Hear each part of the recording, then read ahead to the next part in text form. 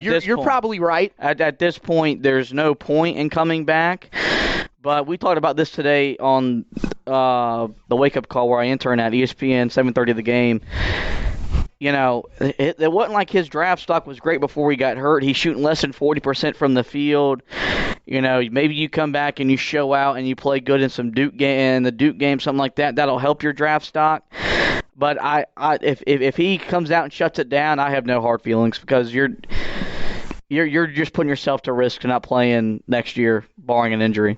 So there you go. And then the last question that I think is ultimately important. I mean, this is a 1-year thing, right? Like we feel like sitting here right now, we feel like next year things will return to at least some normalcy. Maybe not Final Four good, but there is potential with the guys that they're bringing in.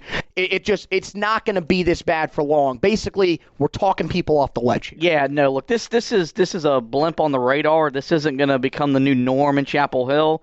He's got the number 2 recruiting class in the country right now coming in next year. So for all you dying for talent, he's got it coming in. And think about how much better this team is going to be for this experience. They're gonna be more driven in the summertime when it's 100 degrees and they're running wind sprints because they know how embarrassing this is. They're setting a lot of firsts that aren't good first for Carolina basketball. And I think the thing is like, and I've said this so much, was like, you know, when Paige came in as a freshman, those teams weren't teams that legitimately could compete to win a national title. They weren't teams that could legitimately possibly compete to win an ACC championship, but they were fun teams to watch because you felt like you had a chance in big time games.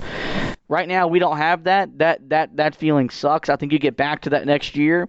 And I think in 2 to 3 years, Carolina's back to where they were when Marcus Page was a senior and Joel Berry was grooming to take over, where this is a period that's going to lead to a 2 to 3 year good run where you're probably going to mix in a Final Four or two and another deep run in the NCAA tournament. And I think if that happens, we'll look back on this year and not be as mad about it in the future as we are right now. And so, I mean, you know, we got to buckle up. It's, you know, look, I'm still going to be there and watch every game. We're going to be sitting here and talk about every game. That's right. Whether they win or whether they lose, and it's just part of fandom. You know, if you're wanting to turn in your fandom, you were never a true fan anyway. So go ahead and turn in your fan card. I'll gladly take it from you. And so that's the thing. You've just got to suck it up and just realize that these kids are still trying. As frustrating as it is, these coaches are still trying. They're not getting the results. And as mad as I am, as mad as you are, as mad as whoever's out there, you also got to think those guys feel way worse because they're the ones doing the work. So with that, we're going to go ahead and shut down this edition of the Royce Boys podcast. Before I let you go, I'm going to talk to you about the HeelToughBlog.com. We've got a lot of good stuff on the website. Full reaction to the loss from Clemson. Go check out my recap, Anthony's analysis.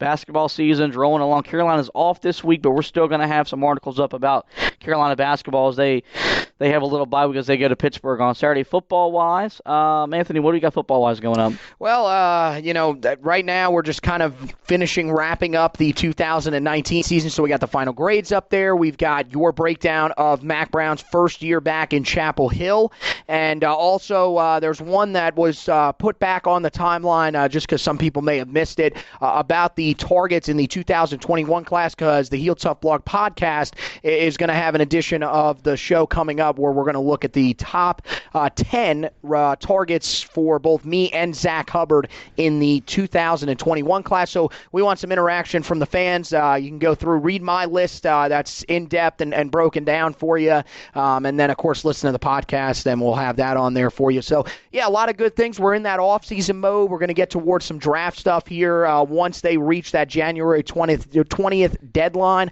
And then, of course, we got you covered with any of the things going on recruiting-wise, which things are starting to heat up just a little bit on the 2021 class. So we got you covered with all that kind of stuff, football-wise. And, of course, basketball-wise, like you said, we've got you covered with all that stuff. And, we, of course, want to wish hope Brandon Robinson's okay after he got into a car accident on Saturday night. The good news is it seems that everything is checking out pretty good, but we'll keep you updated, of course, on that. You can check the website as well. All right, so there you go. Check out the HeelToughBlog.com. Like us on Facebook as well. You'll find all the stuff that we post on our Facebook page. And before I let you go, also got to tell you about the subscribing to the podcast. You can find us on Spreaker, iTunes, iHeartRadio, Google Podcasts, Spotify, you name it. The Roy's Boys Podcast is on your podcast platform. Give us a like. Give us a review. I'd love to hear what you think about the job that I'm doing, the job that Anthony's doing, the job that we're doing together. We're always looking to get better, so give us a review. But most importantly, we want you to hit that subscribe button. That way, every time that we post a new episode, you get it right there in your podcast feed, and you can download and listen to it as we take you through the 2020 Carolina basketball season. Well, guys, that's going to do it for this edition of the Roy's Boys Podcast. I want to thank you guys for listening. And as always, go Tar Heels.